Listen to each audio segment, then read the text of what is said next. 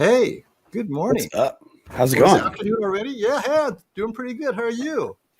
I am a little behind. I just spent like the last 30 minutes doing a really funny reel. Oh, So funny reel. All right. yeah, man. I highlighted Jen in a reel. It's pretty funny. Whoa, that's bright. Well, it's She always helped me good a lot with laughs. this last video, so I thought it'd be funny to do a really funny reel, and it's actually hilarious. So maybe I'll put it. Right. Maybe I'll play it in a minute. It's pretty funny. I kind So, of am half. I got like my light is gone. My tripod is gone, so I'm like at a weird angle. Like it's probably going to be weird, but you know what? People, that's really low. People can still see me. we'll figure it out, right? Is everyone's audio? Your sound good? I have a fan going in the back. I want to make sure it's not pulsing for you Go guys. ahead. Yeah, I can't hear anything. Oh, good, good. And of You course, sound clean.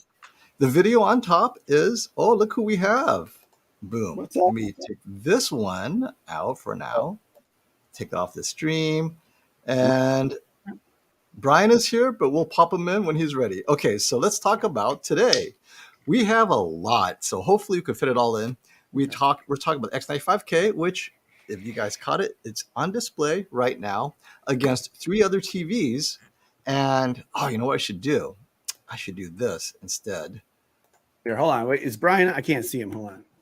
Is Brian? No, he's not on yet. Okay. Well, what's up, everyone? I want to say hi to everyone. How's it going? I see Dave. I see a bunch of people. Nick, what's up? And smash the like button when you jump in here because we'll get in some people real quick. It'll pop this video out to some other people. So thank you. Appreciate it. Good to see Yep. everybody. Just wanted to get And that out of Brian, the way. wave if you're ready to go. I know you're getting ready over there, Brian. As soon as you wave, I'll throw you in as well, my friend. He said uno momento.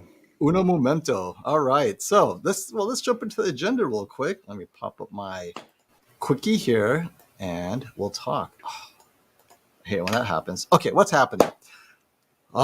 This first one is so exciting because it looks like LG has found a way. I bet you they were holding onto this for as long as they could. Samsung releases the S95B. Suddenly, OLEDs are over 1,000 nits, and LG is like, oh, all right, we have to unleash the Kraken. So we talked about the micro lens last weekend. So they're going to call it the Meta something lens array, right? Meta lens array, MLA. This is the micro lens we talked about. It isolates and reduces the scatter of the light so it's focused forward, so it's more efficient. And without using any more energy, it's just making the light more efficient in the direction it's going. So you don't lose light for no reason. And suddenly you're at 2000 nits. Now, what kind of 2000 nits is this? We don't know. But upon further inspection and reflection, this could be actually very good in terms of it's not just a white subpixel. If what they are doing is focusing all the available light, and all that light is the 2000 nits, it's not artificially boosting anything, then you're going to get more color volume within the space it has. So for example, if it has whatever gamut it has, right, you're just going to get more of it brighter. And that's great. That means that you're not diluting it per se. It's just all there at a brighter level. If that's the case, yes, absolutely, MLA OLEDs will definitely compete with the QD-OLED, with the only difference being QD-OLED gives you more gamut. So you're going to get more greens, more oranges, more reds, whereas on the LG, on most content, it's going to be identical. It's the content where you're pushing BT 2020 space beyond what the LG can do. At that point, okay, you're going to see a little bit of dilution or maybe just not that shade of green or orange or red at all, which leads me to this question for you guys. We know it's already working. They have it on display in Barcelona at the ISE there, but this first generation is reserved for the 8K LG OLEDs. So this year we have the Z2, right? That means the Z3 will get it, or maybe the Z4. Whether it'll come out for sure next year or the year after remains to be seen. But what I know for sure is it's going to be out in its most expensive flagship TVs. And Brian, just wave when you're ready. I know you're checking your audio. You're good to go? All right. There you go. And I was talking to Brian about this. So Brian, I'm saying that this MLA, this micro lens, the Meta lens array is what they're calling it. They're reserving it for the most expensive LG OLEDs probably next year, which means it's the Z3 or the Z4, knowing that it'll be on the next generation flagship OLED TV. You were saying, doesn't that kill the Z2 this year? Not to spread rumors, because if it goes on the G3 or G4, that makes it all the worse. So we don't know which OLED it will be on, just for sure it'll be on the flagship. And the inference is 8K first. So that's 2,000 legit nits. Then we had this 7-hour. Well, before we go any further, how you doing, Brian? What's Any up, guys? Hey, I mean, not quite everything, but yeah. How you guys doing? What's up, What's dude? up? What's up, B? Nada, man. I just like barely got here. I just beat you by like 30 seconds. Are you all healed up or what? I'm getting there, man. Yeah, I'm walking around. So we got the foot you. back. So that's good. So will I be wheeling you around at the shootout or no? Oh yeah, I'm trying. Yeah, I should be there. I should be in New York. I should be coming. I haven't asked. I gotta talk to Robert. Oh, yeah. I was more just making sure that he knows that I want to get that Sony TV coming. Oh, the A95, nice. We got 4 TVs today, FOMO. God damn! All right, so guess which TVs which. I leaked it at the beginning, so those of you who know what the spoiler is, keep it to yourself. But we have 4 TVs. X95K is there. The QN90A is there. And the reason I put it there is because the QN90A hugely discounted. So if you're debating between the QN90B, X95K, or the QN90A, and you don't want OLED, this is a good comparison, because I know the QN90B will be here all year. So there's no reason to rush out that comparison. But definitely QN90A will not, depending on what size you want. It'll run out likely by Prime Day. All the larger sizes will be gone for sure by Prime Day, but at least the 65-inch may still be around by Prime Day. And the 65-inch X95K is available now if you want to get it at Value Electronics. Not all the retailers have it. And so I'm going to have it compared here, and I'll tell you what I'm observing, right? And then we have the G2 is in there, as well as the Samsung S95B. I'm going to call it the Ferrari of TVs this year, and I'll explain why in a second. So yes, I'm just going to run it. Right now it's in that split mode. On the left side is the HDR. On the right side is butterfly, right? So let's put some real HDR, because this kind of pushes this. We'll put it at 600 nits. This is something that all the TVs can handle. And the one TV that ends up pushing it a little bit brighter than it should be, most likely is what? The S95B, because it's inaccurate. Well, we have 2 Samsungs, the QN90A and the S95B, and we have the Sony. All are in their most accurate filmmaker mode. The Sony is in its custom mode, actually, but the Sony X95K is not. It's not calibrated. The other 3 TVs are. And, you'll see, wow, some TVs look very similar. So we're at 1,000 nits HDR 10, 65 inches. What do you guys think? Which is what? What is your favorite? And we'll, as we go through all the various HDR grades, I'll put it in the list of which is what on the bottom. And then let's see if you're right. So in the meantime, let me know why you think is what. Okay, so back to what we're talking about.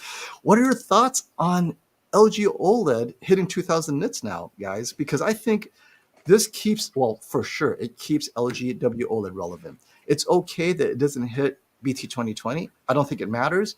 Most movies or all movies are DCI P3 anyway. Video gaming, maybe, if they're putting BT 2020 in video games, but DCI P3 is where most movies are, almost all movies are at, really, and that is fine. So, what do you guys think? 2,000 nits, LG OLED in the next year or two? Maybe. I don't know. It sounds a little far-fetched. It sounds far-fetched, but you think it's not real? I don't know. I mean, it just seems like it's going to be pushing a lot. You have to see what they, I don't make TV, so I'm not the guy. Typically, I hear all my news from you as far as like what's assuming possible, it's true. But I mean, I'm not saying it's not true. I'm just saying like I'd be interested to see how those panels work and if they can do that. And if it's not going to push, is it going to be lose the saturation, dilute the picture, be too white? Like, are we going to have that kind of issues? I don't know. But I'd be excited for it. I mean, I love OLED TV, so is whatever they can do to improve the TVs going forward is always good, I think they're chasing the wrong thing. What should they be chasing? Well, I don't know whether I want more color. I think we've gotten to this point of they're going to go pedal to the metal, try to give me 2,000 nits. I don't really feel that I need it. I mean, OLED or LEDs are having a hard time to hit 2000 nits. So just give me better processing, better picture quality, more color. That's what I like best about the S95 is not the peak brightness, but the color. So, and I think the way they're going to load it up with the 8K, you're then cannibalizing this year's Z2, and you're putting the consumers in a bad spot. You're going to wait for 8K, which no one's buying, and it's going to be way too expensive. So it's just, I think it's a wrong move. Now, LG has to stay relevant with QD-OLED, though. So why do you believe it's the wrong move? Well, I mean, they can, but then put it down in your 4K lineup and make it affordable and put it there. True. You know, I don't know why you're putting it 8K. Because what the pundits are going to say is 8K is nothing anybody needs. So my point is it's just vaporware at that point because very few people are going to be able to see a $30,000 TV. If I buy a Z2 this year, I'm basically wasting my money, which is a problem in itself. But unless it gets down to the 4K lineup where QD-OLED is dominating, it means nothing. And then by the time they come out with that, QD-OLED is going to mature even further. Thus, all you're doing is creating a light cannon, which Brandon says is going to push white. You're going to lose color. And also you can go, yeah, 2000 nits, woo! That nobody gives a crap about. I mean, I think we're past caring about how bright things are. I mean, we've learned that with LEDs. Color volume, we want 12-bit. Enough of the brightness that we don't need on OLEDs. I think the just the the S95B just getting like 200 nits full screen is awesome. You know, like being able to get that bright. I enjoy the S95B. That's about as bright as I would need a TV. You know, I feel like and it also it handles reflection so well. So the other OLEDs, you know, maybe getting a touch brighter could be good, but I don't know how much they need. I agree. Yeah, but it seems like they're just chasing. Why? You know, I don't know. Lead, don't chase. Well, I think it's because consumers are finally hearing brightness because maybe 3 years ago, we never even talked about brightness. And finally, if you look at all the reviews, suddenly, even the most basic reviews, they're talking about nits, right? Yeah. And now consumers are like, oh, nits isn't, they don't even know what it means, by the way. No. Like, nits, like just white nits. So they're looking at look at that Vizio, right? Suddenly 3000 nits, giant letters on their P Quantum X. Remember that? Yeah. And you're like, they were doing 3000 nits. But they did that 3 years ago. But we talked about this off camera, is now the whole world wants to know about heat sinks. All of a sudden, heat sink means brighter. It doesn't necessarily mean that. It could be just protecting the panel. So now all of a sudden, this one is worth more because it has a heat sink. So it's like everyone is kind of behind. You know, blooming was around years ago. Now people are obsessed with blooming. We used to call it flashlighting. We used to call it edgelit bleed. So it's everyone gets hung up. Now we want peak brightness. OLEDs haven't been dim for a long time. If you think about the C7, maybe B7. Otherwise, they've been. I mean, unless you need LED, then OLEDs will always be dim. But I don't find them to be dim unless I'm in a really bright room, as you're showing me on screen. You know, so but to say heatsink is going to be this, got to have a heatsink is going to be, I don't think the A95K is going to be brighter. Yeah. Well, you know what's interesting is I'm just going to throw this up there real quick. You're nailing. We're going to skip to the third topic: LG G2 and C2 funny business. That heatsink on the G2 is really decorative on the 83-inch because I know a lot of you are hearing this. It's using 2021 panel. Does not have the new EX panel. Both the G2 and the C2 is using the 2021 panel, right? And that means that we'll hear all these great reviews on the 65-inch, but that's a 55, 65, 77 using the latest panel. Unfortunately, you're not getting that on the 83-inch. Even the 48 and 42-inch is going to be what we call having all the latest reviews. But you have to stop and think about, if you're relying on these reviews and you're getting the 83, it doesn't make any sense other than the processor is indeed updated, right? You're getting the latest processor, but that's it. You're not getting anything else. And maybe you're getting the 48 gigabit per second, right? So you have the port and you have the algorithm and the new WebOS. If that is important to you, then you need to know that. And maybe mid-year, they might transition to the new EX panel. Now, in speaking to Classy, he has an 83-inch G2. That made a lot of sense. He was on average 100, between 30 and 100 nits lower. And then he can tell you guys how he feels about it. He says it's actually not a big deal for him because it's such a large TV. So for him, it's like, whatever. It looks good. I need the 83-inch size. And ultimately, that's what you guys can decide is, I need it now.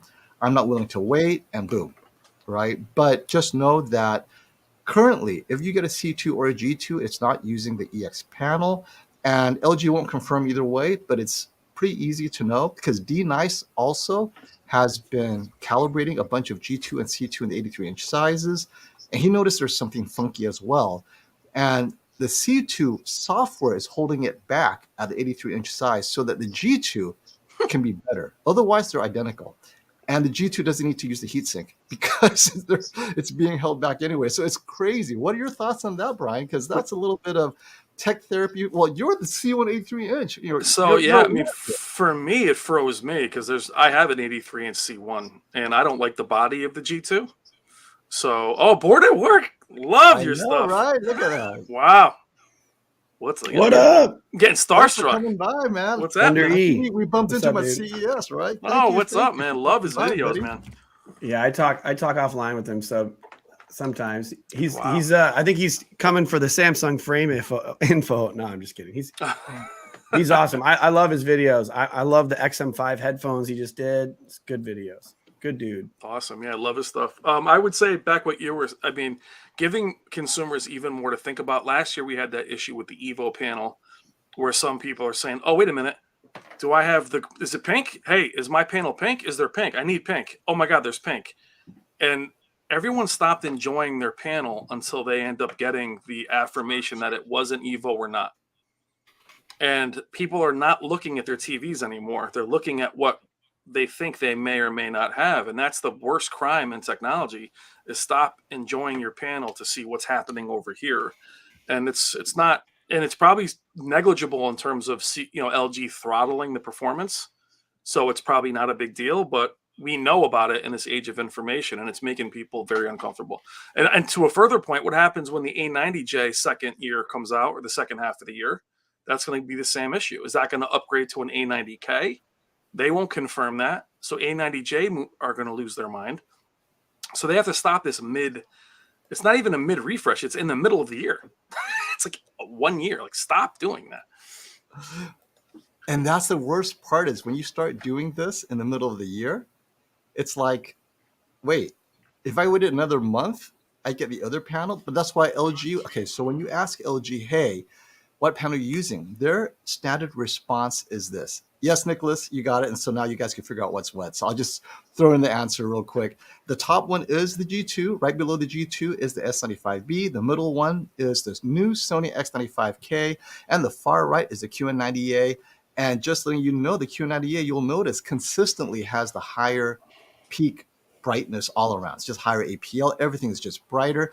All of them are in Filmmaker. All of them have peak luminance at high, color accurate modes all around. They're in warm too if they're Samsung. And let's see what else. Yeah, I tried to match them. No special dynamic tone mapping until we get to the higher nit levels. I think it's at 1,000 nits right now, or 2,000. Yeah, it's at 2,000. So you know what? Let's have fun. And we'll go up to 4,000 nits and see what happens. Dude, how was that setup, huh? I know. Is that crazy? Like, would you break out a ruler? They're all lined up. Nuts. Yeah, I tried doing that at Value Electronics. You need a level. They're actually totally perfect. So back to what we're talking about. LG will always say, we are using the latest or the best panel, right? Mm-hmm. But the best panel could be last year's panel because they may not have the other panel ready. Technically, they're not lying, they're not saying, they're not hiding anything. They're just not saying everything. It is their best panel for the 83-inch because they don't have the EX panels ready, whereas the best panel for the 65-inch is the EX panel, but they will not identify the panel as EX or not. That's LG Display's identification. LG Display calls it EX, whereas LG Electronics will not call it anything. They'll say We will put in the best panel available to us, end of story. So it's very confusing because the different makers also do different things. But again, they do a very good job of using software to equalize and normalize everything. So when you're at the 83-inch, the C2 and the G2, even though technically they are identical in every way except for the heatsink, the heatsink is of no use at that point because they're using last year's panel anyway. So what they're doing instead is they're using software to make sure the C2 is slightly dimmer and the G2 is slightly brighter, but neither of them are even close to their 65 or 55-inch siblings. Those are like, we're talking almost 100 nits brighter in certain areas because it's being pushed more efficiently on the new panel. The new panels are not better per se, it's just more efficient. That allows them to use less or the same amount of energy and get more brightness, that's all. So it's something where I think Classy said he didn't really notice the difference, so he's okay with it. But unlike most of you, he plans to upgrade it a few years anyway. So for him, yeah, whatever, I'll deal with it. But for many other people, oh, this is my 10-year TV. I want to make sure I don't regret it. And that's where most people will have an issue. So we're going to have Cassie on in a bit, and he'll explain how he feels about it. I think it's pretty important to get that too. And let me see here. Let's get some. But Brandon, you have 83 inches this year. Does it matter to you just knowing that you don't have the best panel available to the OLED market? For which TV? You mean like because I have the 8090J? The C2 and the G2, the largest size, the 83-inch, they are using the older panel from last year, but everything else is new, right? The processor, the software, all of that is updated. It's just, I think they're just using up as much of the panels as they can. Yeah. And if it's implemented, it's next year. Yeah, I mean, it kind of seemed like the C2 was very, like, it looked identical. Everything, it basically looks like a C1 and they maybe put the new processor in it or whatever, like form factor and everything was exactly the same. So same weight. It wasn't like a lighter, anything. So I was a little, when we get the TVs and they're for people, I just get them and then I do what I need to do and then move them on. So not a big deal. I thought that the C2 looked, nearly as good as my A90J. The G2 that you have looks great. I mean, do you think that there's a noticeable difference between the brightness of like the smaller sizes and the 83 G2? It's only when you go to 10,000 nits. Well, you know what? We should do that. You mean 10,000 nit content? Yes. Below 1,000 nits, they're all going to look the same. And that's what it's supposed to be. It's when you go to the more challenging content. Let's say 10,000 nits, right? This is where TVs fall apart. And this is why I call the S95B kind of like the Ferrari of TVs. When you're on a track going 200 miles an hour, very few cars could handle the track without flying off the track because the wheels aren't there, the brakes aren't there. I mean, it goes on and on. It is just not designed to go at that speed over and over, right? You get a Porsche GT3 and it can do that for hours, no problem. You put a Corolla there and it's not going to last, right? So with the S95B, below, I'd say 1,500 nits, it does push the midtones a bit brighter. But as you go up above 2,000 nits, it's so bright, it doesn't matter. The midtones is supposed to be that bright. Now, the other TVs cannot even keep up with the EOTF where they should be at 2,000 nits, but the S95B can. And that's what separates it. So if your content's mostly streaming Netflix, don't get the S95B, honestly. You're not going to see a difference because Netflix streaming is like 1,000 nits. If you're watching 1,000 nit content, the S95B is like the Ferrari in the parking lot. Seriously. And but for us, we watch things like Crimes of Grindelwald or Mad Max or Aquaman. I think Sammy said literally there may be 5 or 6 real movies you could watch that's graded over 2,000 nits. That's when, boom, you get the benefits of QD-OLED, not just the S95B. This will apply to the Sony as well. Below 1,000 nits, the G2 is hands down the favorite for many calibrators right now, with the A90J right there, depending on what you want. But both TVs are very awesome below 1,000 nits. We're talking about above 1,000 nits. So those of you watching, right, debating what to get, ask yourself, what is most of your content? Now, if you're gaming, I'm with you. Above 2,000 nits because it may be pushing that hard, but then is HGIG working for you? Because on the G2 currently, it is not working. So let me catch up on some super chats here. I saw a couple. So I was gonna do them, but I don't want to ruin the flow. Got to let you Ruin keep the going. flow. Okay. So I'm just over here maintenance, making sure things are working. blooming is horrible on the X95K. Is this true? I'll tell you, it is worse on the X95K than on the QN90A in the Spears and Munsell disc. So when we get to those dark scenes, I will turn up the exposure and you can see for yourself. Really, that's not something that calibration is going to help. Blooming is blooming. So it is not. It is better than X95J. However, at 10,000 nits, that honey scene, the flowers, right? In this disc, as we get to the end, we'll see how good blooming is on the Sony compared to the QN90A. And remember, the QN90A has more dimming zones than Sony, about twice as many on the QN90A. It is designed to be better in blooming, but look at the brightness. The X95J or K is brighter in the highlights. Here is very interesting. So let me take this down, you guys can see it. So here, the specular highlights on the Sony, I like a lot. However, if it's a super, let's say here, you're not going to see blooming right here, right? Because it doesn't matter. It's when you have super bright against black and it's a sharp contrast, that's when you may notice blooming or black bars, possibly. I haven't tested the black bars on this yet, but I will, and we'll see. But in scene, near the end, yeah, there is a touch more blooming on the X95K.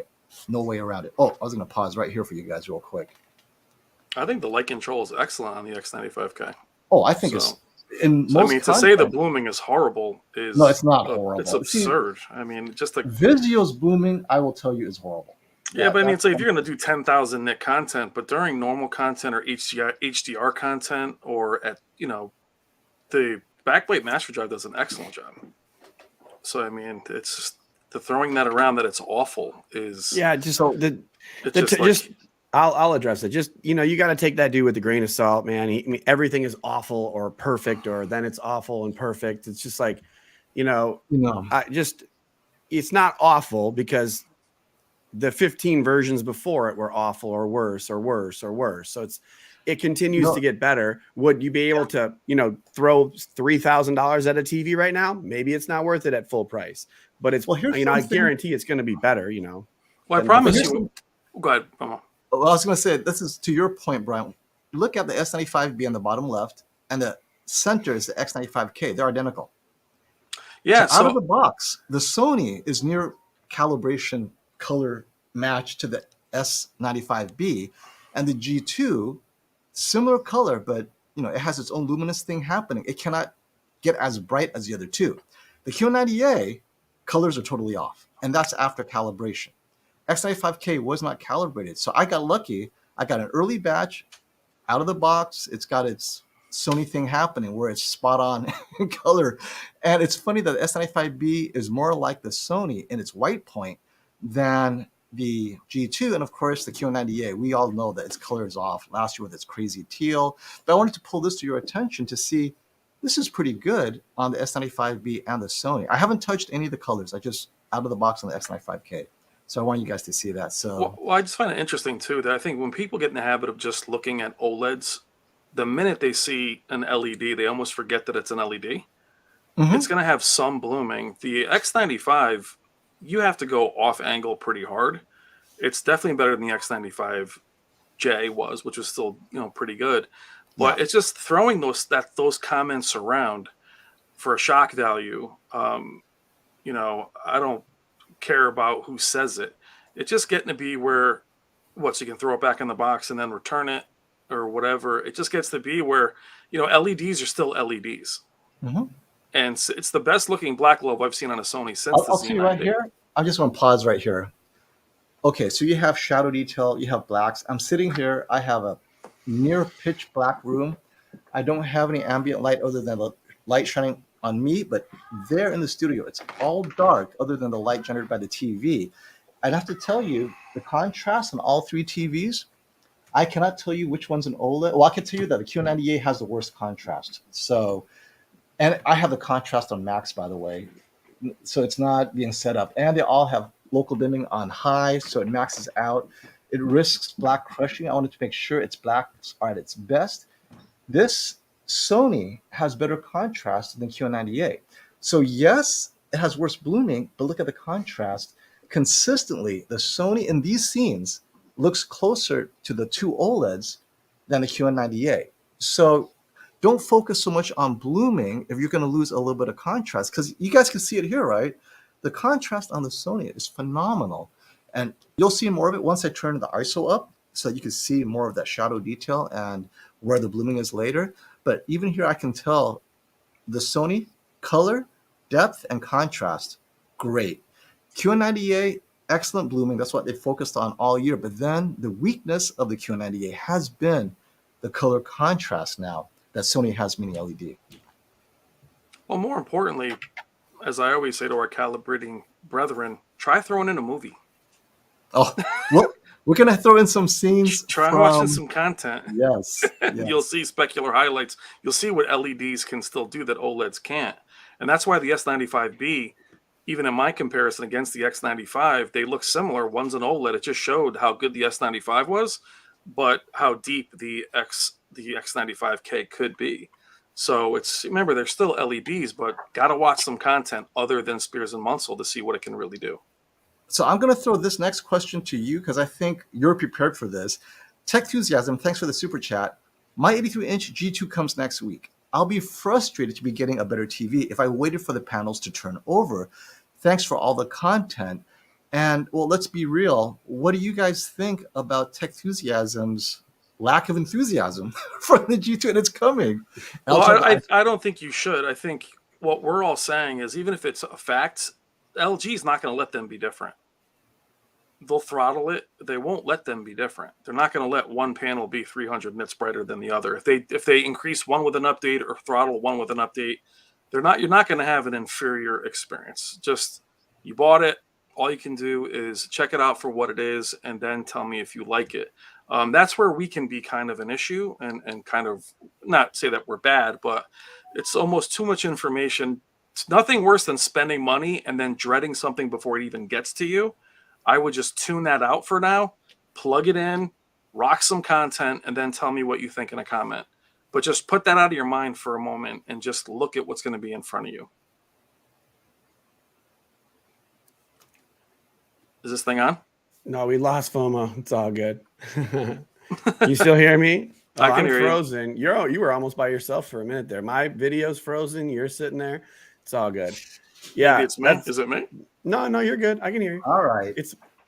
But he was just in the bottom corner. Okay, so let me. Can you hear me? I can hear you. I can hear you.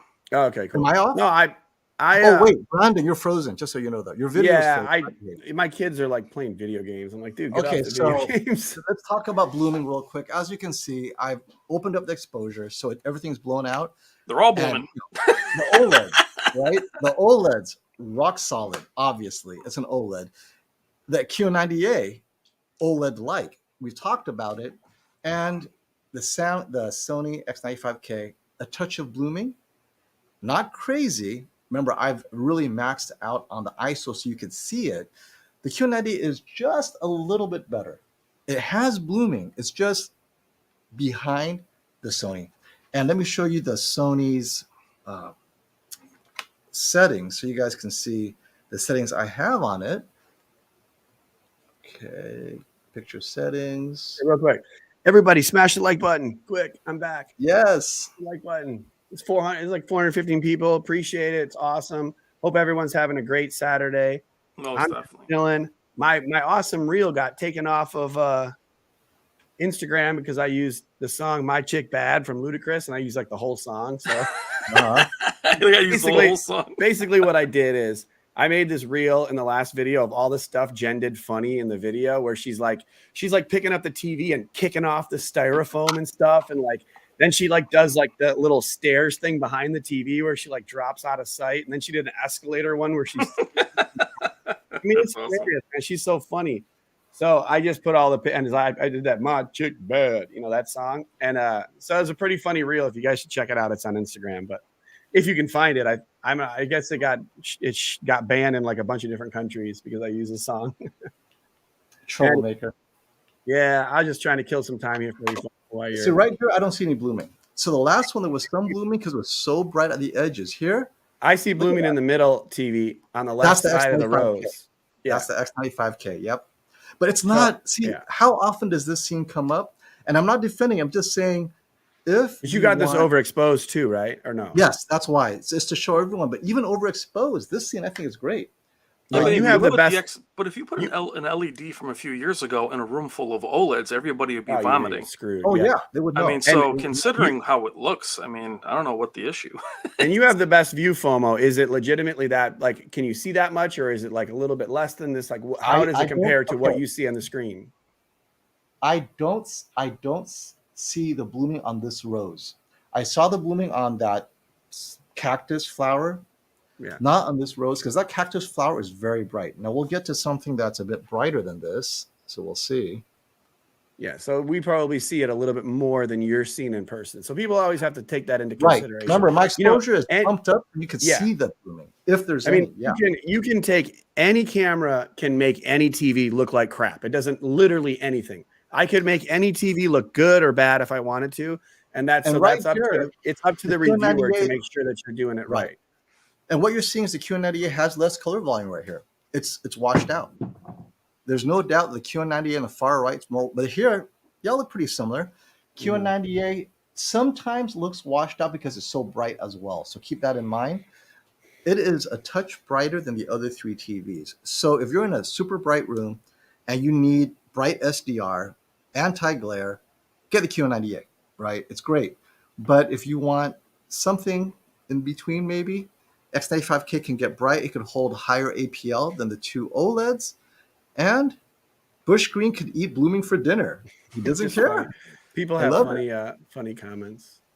I like the comments, man. I'm all about the comments. I like it. All right, so let me get caught up. We got some super chats here. Hey, Bay Area Mopar Meet and Cruises. What is the best I can buy at 65-inch? Mainly movie watching, streaming, and Fire Stick. Already I have in mind. I know what you want. Minimal occasional gaming on the PS5. Roundtable thoughts, please. Current TV is a 55-inch LED. 65-inch, what you just said, I would say the LG G2, because streaming and Fire Stick. The S95B, you're wasting its QD-OLED powers. You will not be in wide color gamut, nor will you be far above 1,000 nits, if ever. Now, PS5 though, and this is something I'm going to defer to you, Brian. Does PS5 push it far enough above 1,000 nits to tell them to go with the S95B? That I cannot answer. So I gamed on it. It was stunning. Okay. So, I mean, it was stunning. I saw colors in games that I'd never seen before. So maybe it's not a peak brightness issue. It's a color issue. But, I mean, the gaming on the S95B is the best gaming I've experienced yet on a TV. That's having the G2, the C2, the X95, gaming on all of them. So, again, in real content, I mean, there's colors there I've never seen before. So I thought it was stunning. Okay. But I'm a shill. I mean, I'm paid by Samsung on the side, so you know we do. Where's my Samsung hat? Brian, as you're saying that, you have the Samsung thing going behind you. Is it a demo? But I would tell you that the blooming on the only time I've ever seen the X95K look bad, and I mean bad, was when local dimming was disabled in gaming. Local dimming disabled even in content looked decent. It was when it's in gaming with VRR, and in game mode, I think they even disable even more of the processing. That's the only time I've ever seen it look bad. So all this, it's blooming. I just don't buy it. And what's funny is I have people in the comments telling me that it blooms. You saw it in a video, and now you know more than I know, who spent hours with it. So I just find that interesting that everyone's like, oh, wow, it blooms, bro. Really? You're telling me it blooms? All right, cool. I'm going to pause right here real quick so you guys can see on the Q98, there's a touch less contrast, right? It's not because it's brighter necessarily. It's just there's a bit more contrast in the other three TVs. And the G2, S95B, and the X95K, just a touch more on the very top. Because I'm looking here, it's not necessarily brighter. There's just less contrast there. It's a little bit lifted right there. So the Sony does well. I mean, blooming doesn't necessarily lead to lifted grays. So for those of you concerned about the blooming, this is where blooming affects the building shade. And Not bad. It keeps up with the Q90A. And what's funny is even watching the X95K at Shane's house, where the panel is up in the air, it looked good off angle. So even it being higher than chest level, it still looked good. So, yep. And Brandon, what are your thoughts about Bay Area's question? He wants to know, he's ready to get the best 65-inch, mostly streaming, minimal gaming on the PS5. What would you get? I mean, honestly, at this point, I would just wait another week and see about the A95K, just because, like I'm not saying like it's going to be better, but I'm just saying like now, if they're hanging out and they're watching these videos with us, it's like it's only a week away, and nobody wants to pay full price for any of these TVs. So if you got a minute, you could wait for the the A95 just to see how it looks, because I'm at that point where like the S95B is awesome. I love it. I'm really interested to see the A95K. I've gotten kind of used to some Sony TV since I've had them. So like there's a few things that I'm kind of like, oh, that's right, this is a Samsung. It's different. Not like gaming or anything. Like obviously gaming would be better on the Samsung. Like, and I like both TVs brands. So I'm just like excited for that to come out and just to compare it. Although it's going to be more expensive. So who knows if that one will be definitely better, but I have a good feeling it's going to be pretty damn close, But those would be that's who I would think is the top TVs. I think I prefer them over the traditional OLED TVs, Well, it's also as like every year we're going to have, they're heavier. They have the heatsink. They have Dolby Vision. They don't have the gaming features. So it's like you add two things and take away three things. That's just what TVs always are. And they're small. So that knocks a lot of us out. I'm having a little lip syncing issues with my Samsung. My headphones don't connect perfectly. Like there's just these little whiny things about it. Like it's not like, anyone can have any issues with you basically can have the same issues with any TV, but I'm just having a couple little things that I'm like, oh, I could, my A90J didn't do this or didn't do that. So that's all. Yeah. I think I missed a couple of super chats, so let me jump in there really quick. I apologize, Captain K. I hope you're still here. Big screen, 15-foot distance question. What do you guys think will be the best all-around 83-85-inch in 2022? $5,000 price range. Sports movie, no gaming. Best all-around 85-inch. Z9K. I'm leaning at the QN900B. It's a great TV, man. Oh, he put a price in there. Oh yeah. So Q9. Oh, 5,000? He put a price in there. 5,000. Oh, wait. The QN900B will be 5,000. Yeah, it's 5. Yeah, next year. It's 5 already? Not yet. It started at $490. It started at $499, I think. No, we're talking about the 8K, the QN900B. Oh, 900. My bad. I thought you were talking about the 4K. Captain so 5,000 is the X95 is how much? MSRP X95K is 5,000, I believe. I mean, for what your use case, I would go X95. Yeah, 15 feet. And how dark is your room? Because if your room is fully light controlled, I go with either the 83-inch A90J or G2 if your room is light controlled, and you'll get to benefit from OLED. If your room is bright, QN95B, QN90B, X95K. So let us know what your room is like, and we'll follow up. Okay, I think there's a Brad that I may have missed, so let me go down and catch everyone here. And yeah, please let me know if we missed your comment, because you guys are so awesome. And here we go, found him. Is there anyone above Brad that I missed? Oh, Ninjician. Wait, let me get to Ninjician real quick so I can go in order. Okay, hey, Ninjician. Thank you for calibrating my TV. So Ninjician came by yesterday in the 7-hour calibration marathon. He did the S95B on the bottom left-hand corner. Can't judge by camera. G2 and S95B look very close. Absolutely. Look very close. Only in the peakest highlights where you are there in person, the camera cannot capture the detail and the resolution. So I would not discount the G2 based on the content that you see every day. You really have to push it on a content that is literally a handful, plus maybe some HDR gaming.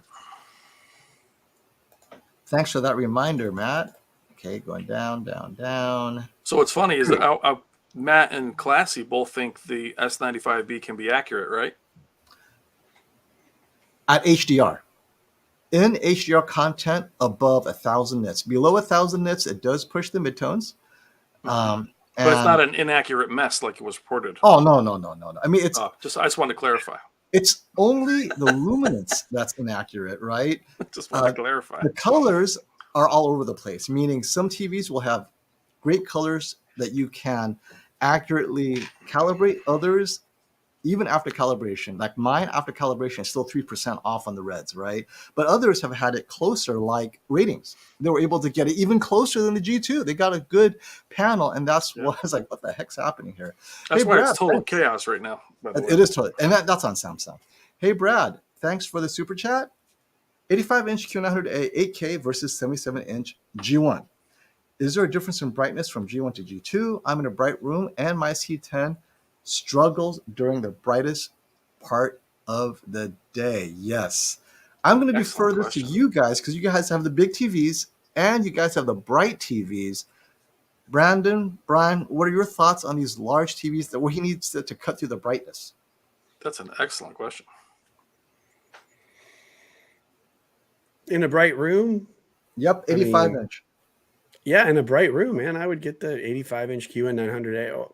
I mean, everyone that we've talked to that had the QN900A loved it. So, I mean, it's going to be blinding bright, and it has ridiculously good anti-reflective coating. Like, you can literally shine like a spotlights on it and you can't see. It's crazy, you know? Yeah, QN900A all day, even just on the size alone, let alone the anti-reflective, and for his use case, that's a massive difference. If it was 83-inch G2, then we could have a conversation, but not 77 versus 85. Yep. I would go, because brightness, I would not go with the G1. I would go, and I couldn't go with the 83-inch G2, but the 77-inch G2 will be bright because it's using the new, more efficient panel. But if you really need brightness, I would stick with the Q900A. That TV looked great at the shootout. I really liked it at the shootout. Classy would have chosen it. He loved it at the shootout. Thanks for that question. Trevor, thank you for the super chat. Calibrated S95B, uncalibrated A95K. We will see that. So I have the calibrated S95B. I will get the uncalibrated A95K. I will be able to answer your question, but I'll tell you this right now. Uncalibrated X95K looks so similar to the calibrated S95B.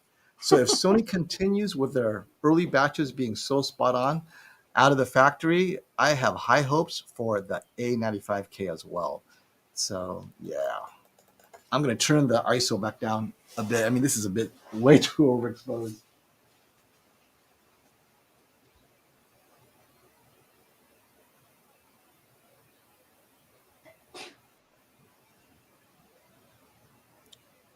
What's he doing? Let's go to the bathroom real quick. Oh, did he? No, he just went to turn the ISO Sorry, down. I'm like trying to do two things at once. So I'm We have the toilet flush. I want a blooming onion. All right, is that better? It's pretty. This funny. is more what I see now. Okay, so I made it a touch darker just so that it doesn't blow out the exposure in the higher scenes. So it is slightly underexposed so you guys can see the highlights when we get to those scenes. What up, KG? What's up, KG? All right. Ooh.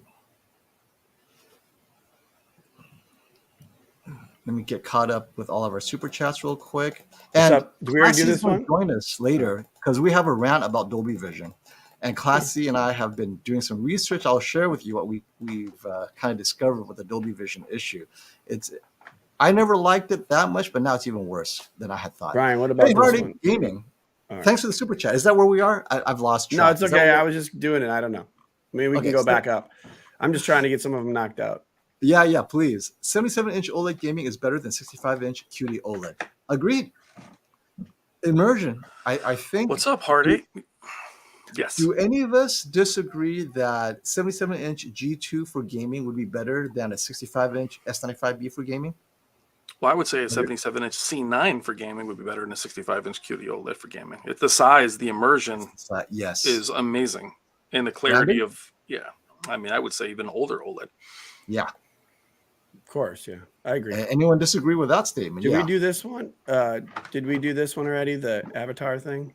No, we haven't. So can you pop that up? Yeah.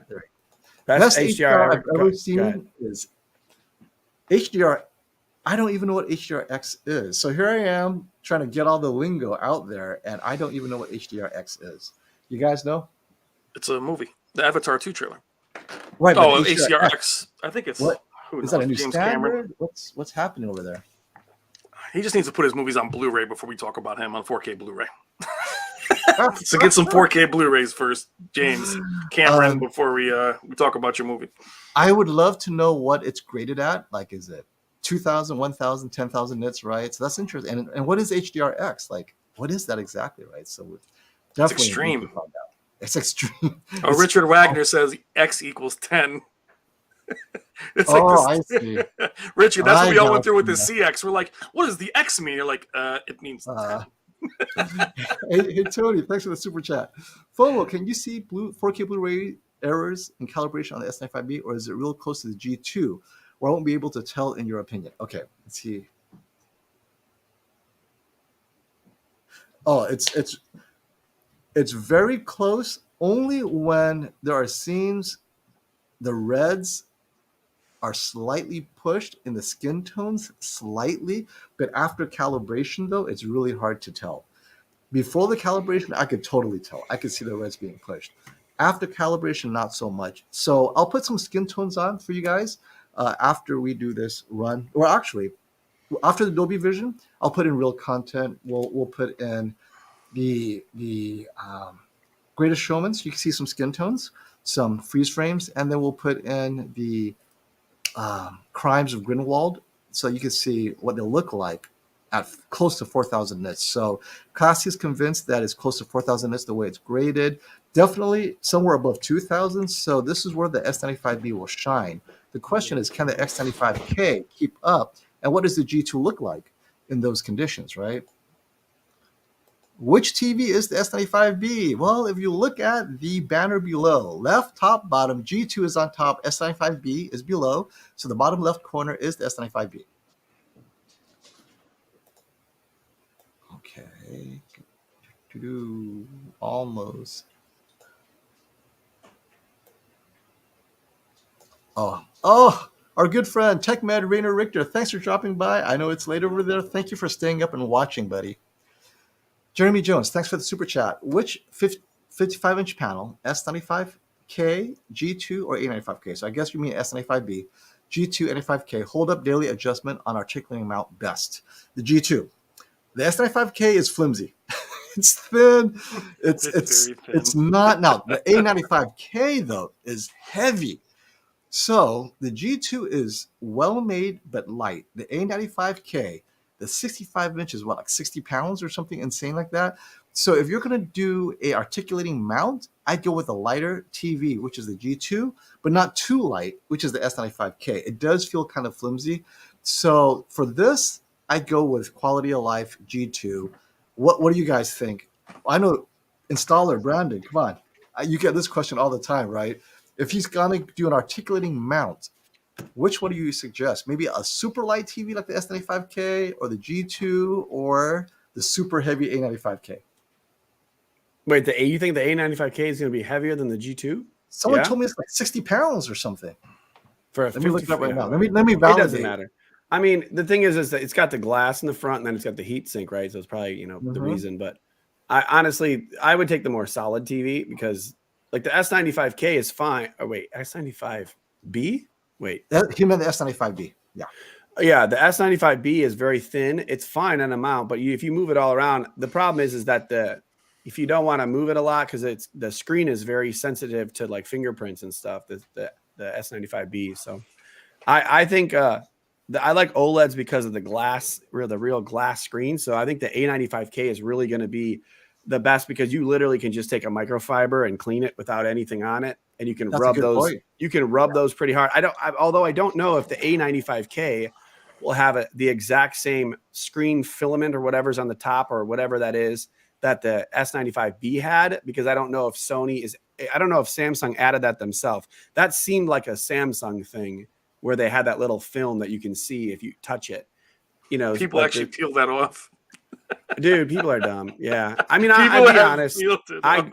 I've gone up to a Hisense TV and been like scratching at it, like trying to, like, oh yeah, that's part of the TV. No. Well, I'd say the A95K is a master series, and they're definitely going to make those heavier just because they're going to make it more high quality. That's just how. And they're it's got roll. they got the thick glass on there, and they don't care. It's it's a great TV. It's got Those are better bulletproof, sound. man. Those are bulletproof. You can I would say none of them will be an issue, but the S95B is probably the sketchiest because that screen is so thin. I mean, everyone me and Chana and I both, when we were picking it up, like bent the TV a little. Like you could see it flex when we're picking it. So it's a pretty thin TV. Well, real quick note for you guys in the chat. I moved my video down to 6:30 because I have the X90K premiering at 6:30. So I moved it down. Oh yes, we're looking forward to that for sure. I moved it down that way I can be with you guys. So hey, well, Patrick thank you. This is something that I know you've been hammering them in your tech therapy. Patrick Noble says, "Hey, FOMO, Samsung told me they're releasing the eARC update for the Q90R in June, but it was already leaked on AVS forums. So I finally have eARC on my Q90R after waiting almost 3 years. It could happen." And honestly, Brian, you and I have said, it's never going to happen. I have the Q90R. Now I can enjoy eARC. I don't know what I'm going to use it for, but I can enjoy it now. How does it work, Patrick? Is it cut out or is it good? That's the thing. We want to make sure it has no more dropouts. But hey, wow. You know what? They did it. So I'm impressed. That's good. Oh, you can tell which one the LED is now. Yeah, right. Caught up. HD. I'm still laughing over HDRX. Here we go. See, it's not HDR10. HDRX is a YouTube channel graded at 4,000 nits. Okay. I did not know that. You guys know that? We're on the platform. No, we're on the platform. Why are you telling us this? It's 4,000 nit grade. Okay, so this pulls me back to my other comment. If you're getting the S95B and you only watch YouTube, if you're on HDRX channel where you're watching 4,000 nit content, the S95B or other QD-OLEDs makes sense. Or get a super bright Q900B or whatever, right? But okay, so now we have a place to go on YouTube for extra bright content. No doubt. And keep them going down. Do we get that Keith Jordan one? Oh, we got a bunch of. Never mind. Yeah. And this is for you, Jedi Master. Why is there such a pinkish push on the S95B? So camera capture of OLED, LED, LCDs is a challenge. You're going to have an artificial pink or an artificial blue or an artificial orange. It just depends on what my camera chooses as its white balance. The white point, right? We don't know. So these TVs are kind of all over the place. In person, they look nearly identical. The issue is when the camera sees it, they see completely different white points, right? So they will always push the OLEDs a little bit harder. And S95B has a slight orangish push sometimes. And the X95K looks very similar to the S95B, which is kind of interesting. So yeah, don't think it's the TV. It's a combination of the camera, the compression, and YouTube. Wait, hold on. Did we got to this comment already? Not yet. This is above this. Okay, so these are back a little bit. The Keith Jordan just said, "Thanks, man. I just because I wanted to look at this because I'm like, damn, this dude's got some money. That's what I was. Yes, that's all I wanted to say. I wasn't going to comment. I hope you said you saw us here because Robert, he'll appreciate that. Yeah, damn. Z2 88-inch. That means he got his, I guess, Wall Street bonus because that thing is what, 25,000. Well, who's getting Wall Street bonuses in this? Can I read this comment? We didn't say Bitcoin bonus. Yeah, go ahead, read it up. I just wanted to thank you guys that I was going to go with the Z9K 85 inches and the A95. After talking with you guys, I called Robert and decided to go with the Lamborghini and the Bentley and the Porsche. Yeah, right. Wow! Please say you saw us here. And Robert's actually in the chat, so Robert, give me a thumbs up. Hey, Robert. He's in the chat somewhere. Wow. That's definitely baller status. Damn. That is baller. Well, you know what? All of Robert's clients, except for me, are baller status. I go in there like I will be rolling in an Uber, and it has to go between the Bentley and the Ferrari, right? You guys want to hear something cool? Robert had referred me to a client out here in California, and this Thursday I'll be installing a 98-inch Samsung QN90A for a client of Robert. Nice. So I'm going to get the video. We're finally going to get a video. Jen can't go up with me to help, but I'll have my editor there. So hopefully he's sexy enough for the crowd. How is the okay, so I'm going to do this real quick while you guys answer the question. So give me a second. How is the DSC on the X95K? Let's do that right now. It's clean as hell. At least the 85 inch is crystal clean. Oh man. You said you hope he's sexy. Yeah, man. I hope he's sexy enough. Hey, bro, wear some leggings, brother. Rock it. Oh yeah. The guys in the comments. I'm definitely recording it. Yo, I'll make a video. We'll just do like an all-in-one video of like, you know, the unbox. I mean, it's already been unboxed and calibrated and QC'd and all that. So I'm gonna have some good stuff to look at. But I mean, just the scale of it is cool. Like people know like what I look like compared to certain size TVs. So when I'm standing next to an 88, 98 inch and I'm trying to lift it up there, you're gonna get some funny stuff. Funny enough, the area that we're putting it is not gigantic. So the TV is gonna, I would say that he already has an 82 inch and the 82 inch is already like nice. So the 98 inch is going to be like, damn, it's going to be. So you're going to like squeeze in. So you're going to think about the X90A at that size isn't like the X92. It doesn't have any extra handles or anything on it. It's just a huge Q90A. Yeah, it's just going to be big. I mean, I'll be fine because I've been doing this for years. But yeah, it's definitely good to have a couple people help you when you try to mess around. It took like 4 of us.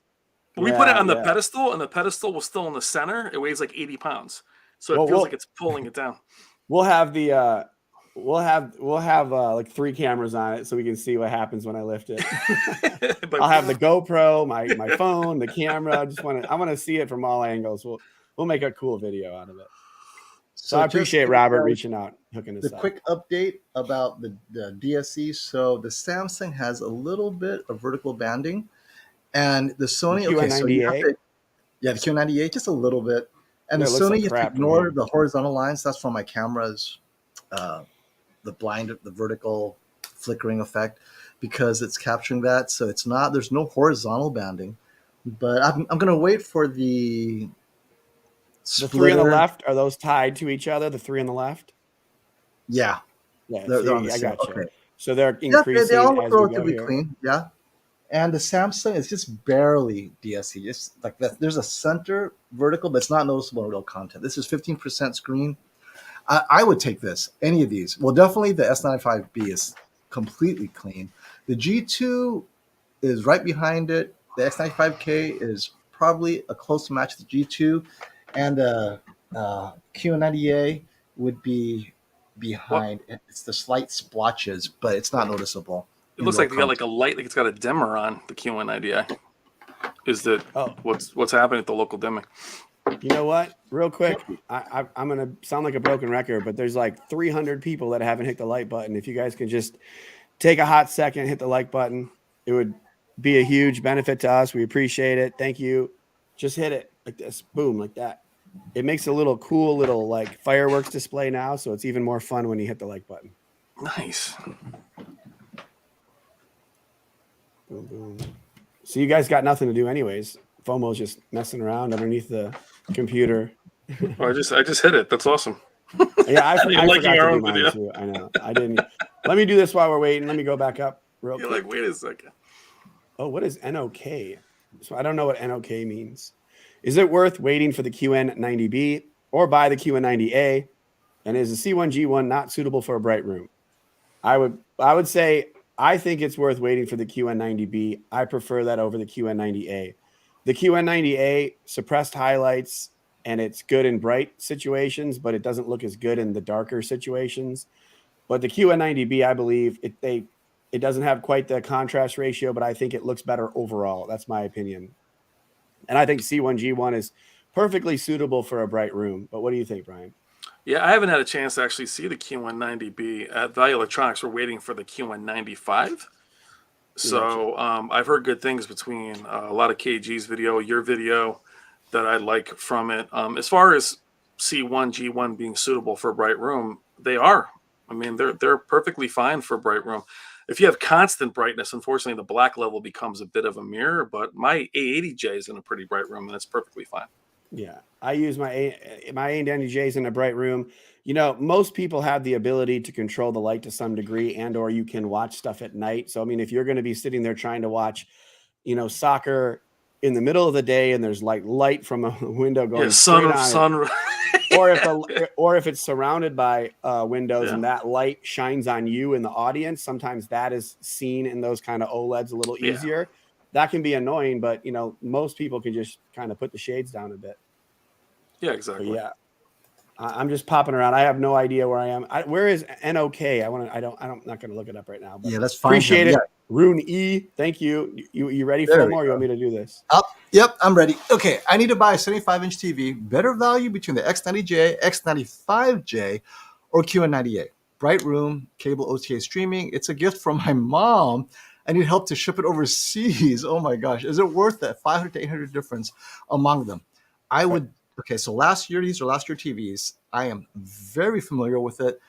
QN98 was my favorite, best performing non-OLED TV last year. It had the best black control. It has the best anti-blooming, best anti-glare. The only issue is DSE for some people, slight dirty screen effect. But outside of that, it is easily, for me, the choice against these three. X90J doesn't even compare.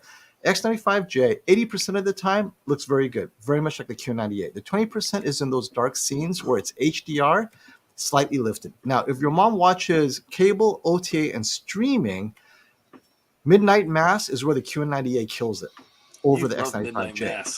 Did you ever give me credit for Midnight Mass? Buddy, right? Midnight Mass is one, and the other one would be the Ozarks, right? So there are some dark scenes, HDR dark scenes.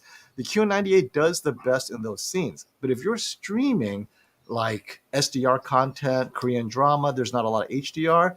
X95J is phenomenal. But the QN98, if you're watching HDR on Netflix and there's challenging scenes, the QN98 consistently will be the better one. So that's my take. What do you guys think?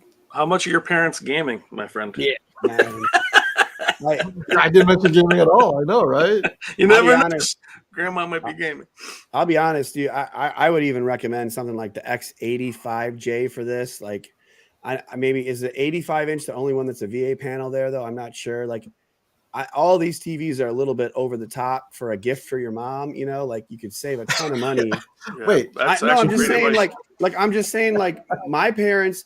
I tried to give my parents an OLED, and they're like, don't even send it, because they're like, we don't need a $2,000 TV. So it's like you could get away with an X80J, an X80. You can get away with a lot of these lower level TVs that still look just fine for what you're trying to do.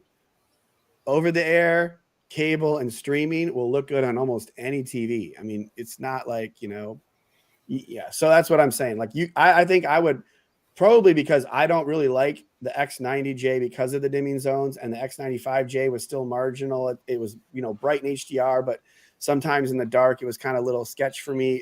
The QN98 has some DSE so I'm just saying there's an option. You could get an X85J if it's available. And, that would be a good opportunity. That's like $1,500. So that's actually great advice. Are we caught up to Shango yet? We got this Mercado one. I don't know. That was Mercado. I think we just did that Mercado. Was my bad. Thanks for the super chat. My bad. Yeah, go ahead. Hey. Oh, wait, we missed it. Let's go. And all the way. By the way, Brooklyn Blaze, what up, baby?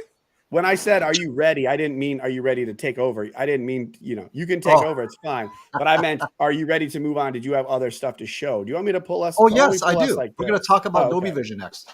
After we take these super chats. I'll put us like this here for a minute. Yeah.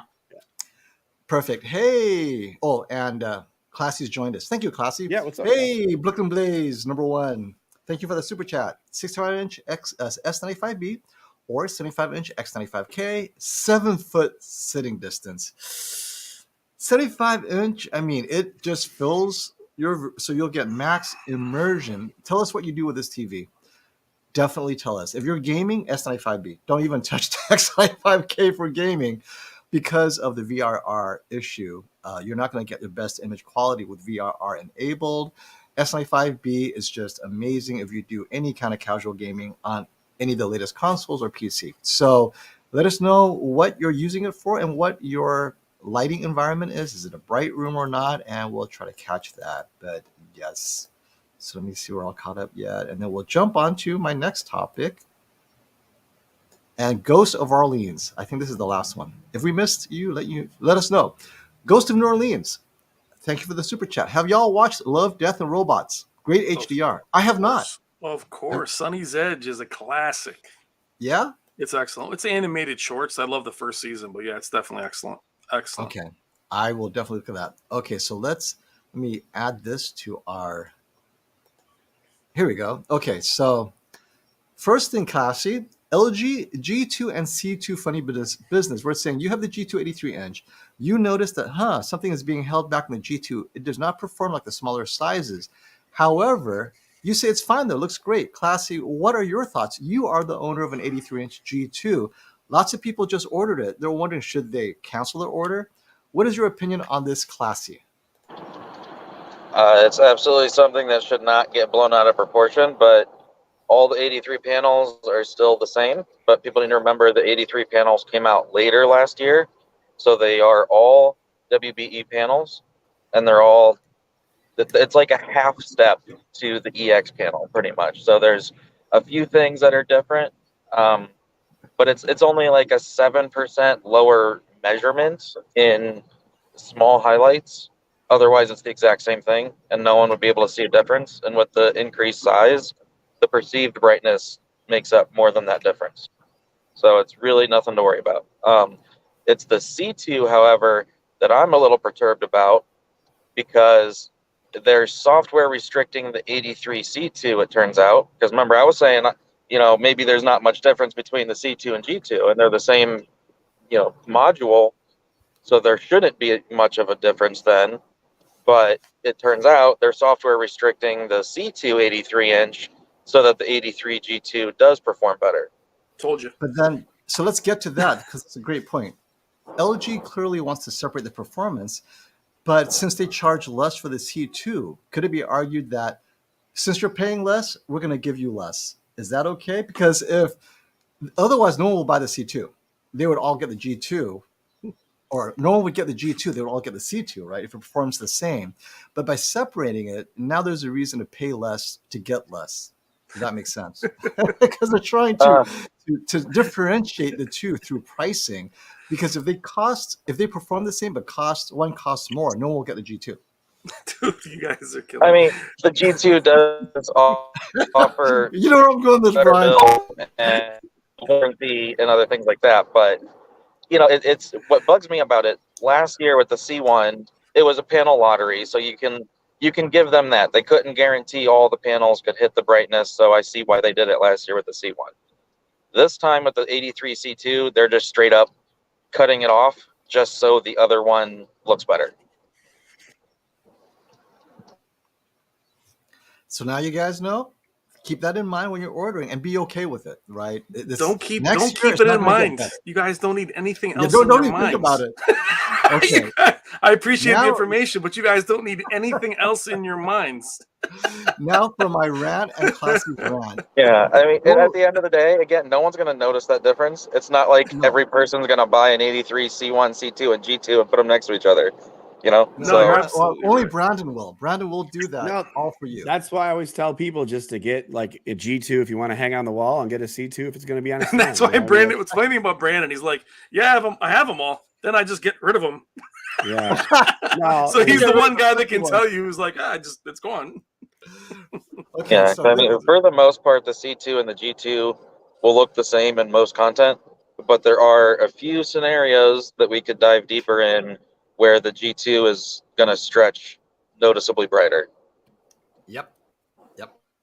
Okay, now I want to do this. So this is my Dolby Vision rant to educate all of you about why we, meaning many of us in the review community, who inspect and examine this very closely. So this is a live feed of my Dolby Vision, right? So I'm going to turn down the exposure so you guys can see it. Oh, this is not Dolby Vision. This is HDR10.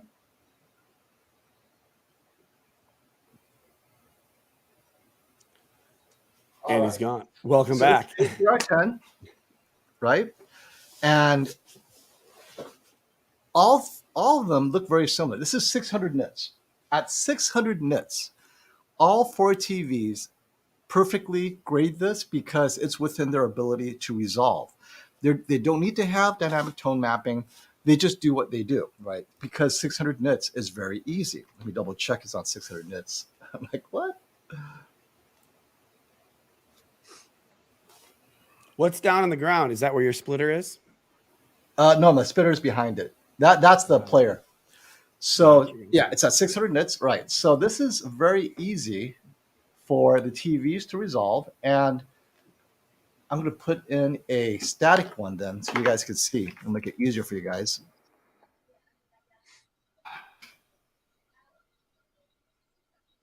Okay. Actually, mine looks better, so never mind. I'll take that out. I was like, what? This is even worse. Okay. This is HDR10. So here's the problem, right? If we go to Dolby Vision Hey, on the Brian. LG and on, yeah, Brian, how'd you get so big, man? Come on. Why are you making Here, me so big? I got it. Hold on. There you go. There you Oh, go. Okay. Oh, no. This is Dolby Vision. Okay. One TV is the Sony. The other one is the LG.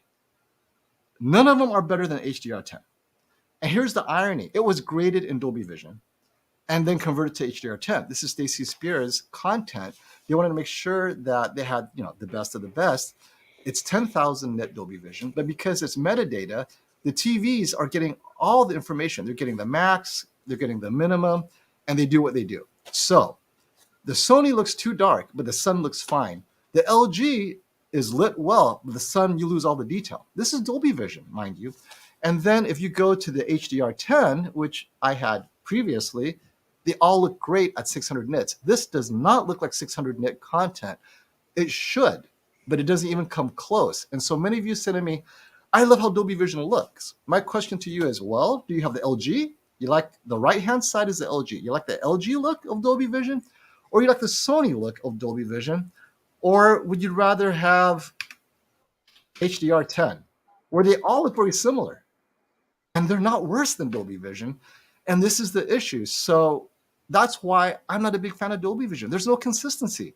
No. If you get a Sony, and in that case, that was the G2, versus the A90J. If you guys are wondering. The A90J, king of TVs, Dolby Vision looks terrible. G2, it doesn't look great either. But here you have HDR10, and I think the S95B looks just like all the other two. It doesn't fall apart.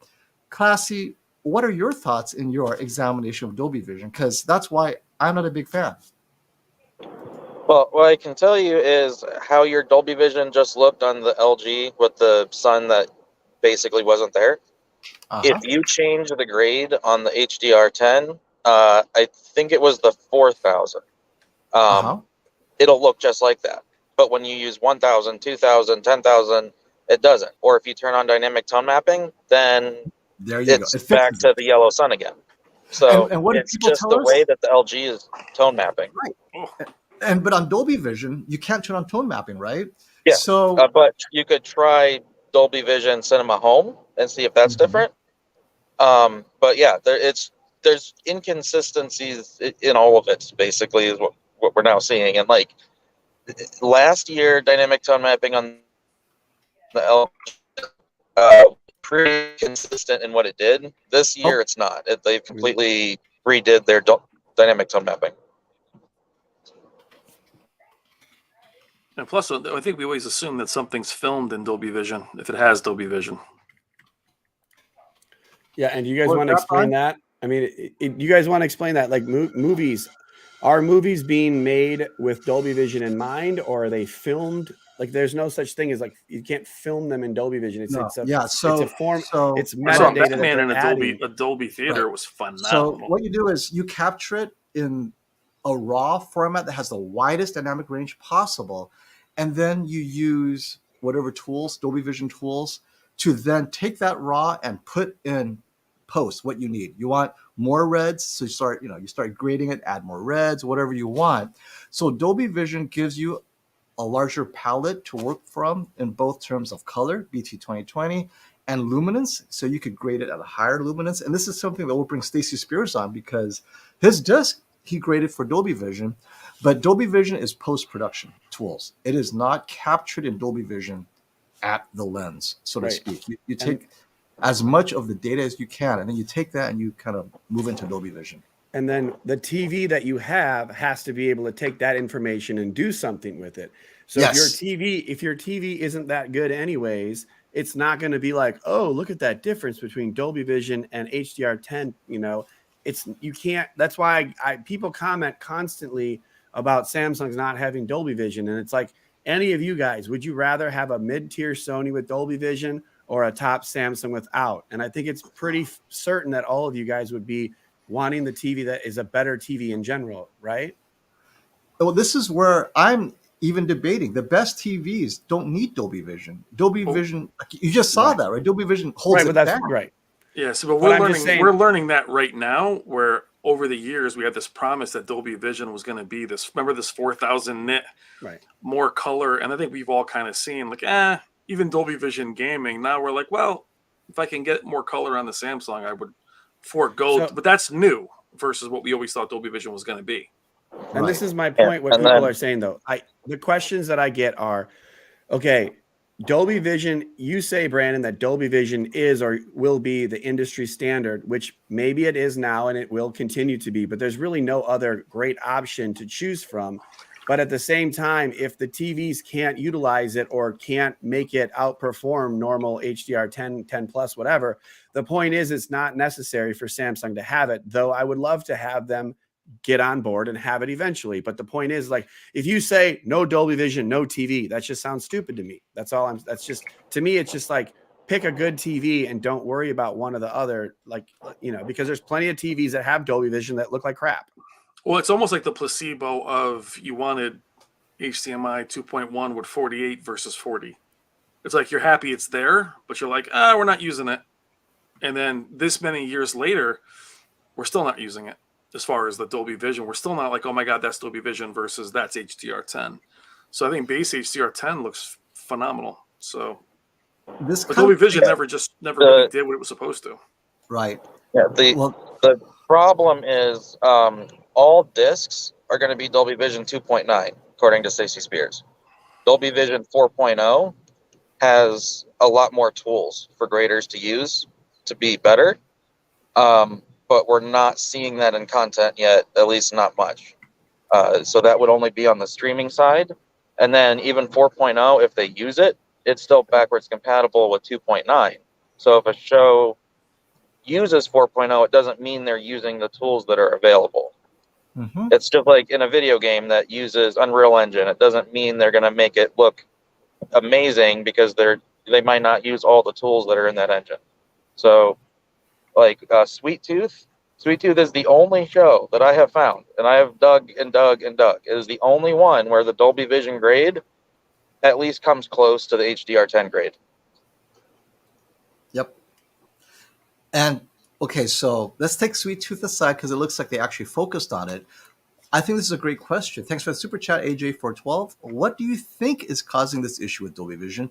Isn't it supposed to have standards to adhere to? Love all the recent content, by the way. Okay, so here's my theory, and I'll let Classy finish up. The standards that the TVs adhere to is not necessarily the same as the standards the creator adheres to, right? So the creator, they have a Dolby Vision tool, and then they put it into production. It's end-to-end Dolby Vision Studio. Okay, so that's one. Let's assume they have everything. But the TV guys, if you notice, it's all over the place. And so the question is, why don't the TVs have a standard? So let's talk about Sony. They have Dolby Vision Dark, Dolby Vision Bright. Dolby Vision Dark is color accurate, and maybe it's supposed to be that dark. But even for me, in a dark room, it's too dark. But then Bright is way too bright. I lose detail. And then LG Cinema is supposed to give you a bit more light. It's not as dark as the Sony, but is it accurate? What I mean, what is it supposed to look like? If I look at HDR10, then to me, HDR10 looks closer to LG Dolby Vision, just Cinema, right? Cinema Home is for a bright room, so we won't talk Dolby Vision Cinema Home. So Dolby Vision Cinema and LG looks closest to HDR10. So here you have Sony, which is a Hollywood name, a Hollywood standard from cameras to film to everything, and they do this. And so where's the standards? Sony has so much clout, they do their own thing. I don't think anyone can force Sony, LG, TCL. I mean, TCL is THX Gaming, right?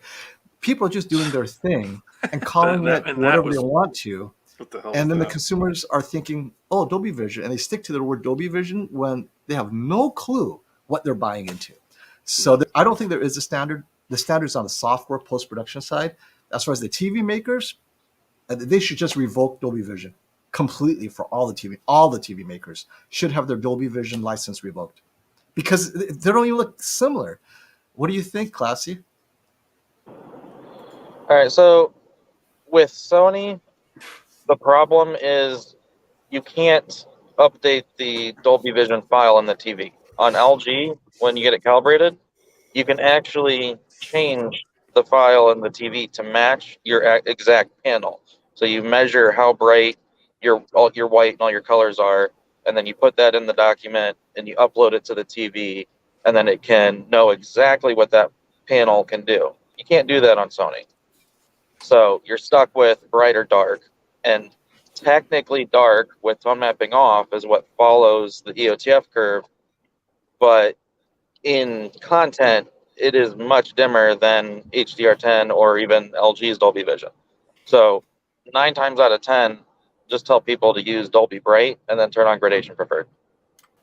But the problem is each TV brand is doing Dolby Vision differently, and then Dolby Vision content itself is being made differently, and the tools are there, but it's up to the production if they want to spend the money to use those tools and pay the grader the time that they need to use everything. And Jennifer then how it's distributed as well. So this brings us back to the whole Samsung discussion where Jennifer Gala, hello Jennifer, she is a creator that does grade in HDR. I don't know if you used Dolby Vision, Jennifer, let us know if you do. Oh, all her stuff's in Dolby Vision. She does a ton of stuff in Dolby Vision. So Samsung is right not having Dolby Vision.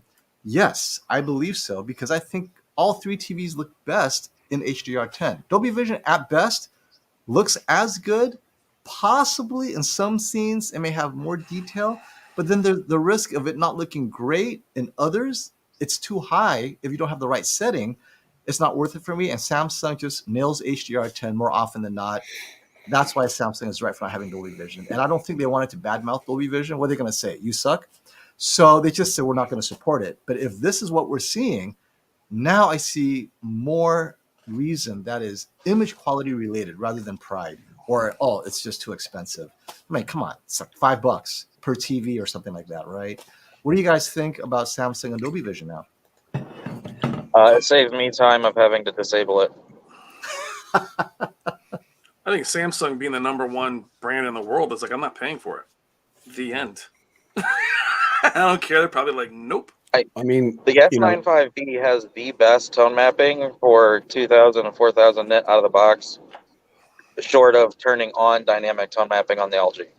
So, but in like its native state, it tone maps better than anything else I've seen. Well, which TV? Which TV? The S95B. Yeah. And so Jennifer, this is so great. So Jennifer masters in Dolby Vision, and she's a creator, like serious film creator, not like me, not so serious YouTube creator. And so when you're mastering in Dolby Vision, Jennifer, obviously you have a mastering monitor and you envision what it looks like, but then you also have your TV.